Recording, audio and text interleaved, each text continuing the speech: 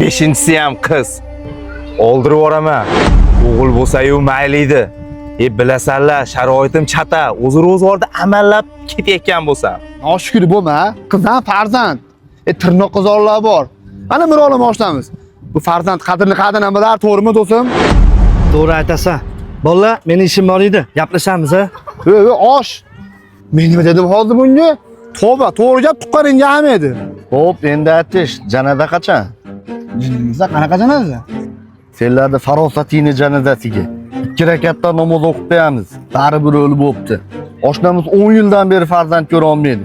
Shuni bilib turib yuziga solishdik. Sen bilan bizga xursandchilik qilib bergan bu farzandni unga sinov qilib bermayotgandir. Ha senchi? Farzandingni ogizmoqchi eding-a? Sen ham 5-farzandsan. Nima dading? Sen ogizmasdan kambag'al bo'lib qoldimi? Farosat shunaqa narsa ekan. Ko'zga ko'rinmaydi-yu, lekin yo'liga darrov bilinadi. Va nihoyat biz kutgan kun keldi. 6-kuni o'zimizga yumini tartib beramiz. Qadrdon homiylar shoshilamiz. 2 istoriya, bitta post, 50 mingta jonli obunachi, $200 evatga. Logoli homiylar, sizlar ham shoshilasizlar. 24 istoriya logoli homiy, bitta post. 24 ga aylanib istoriya qilib beramiz.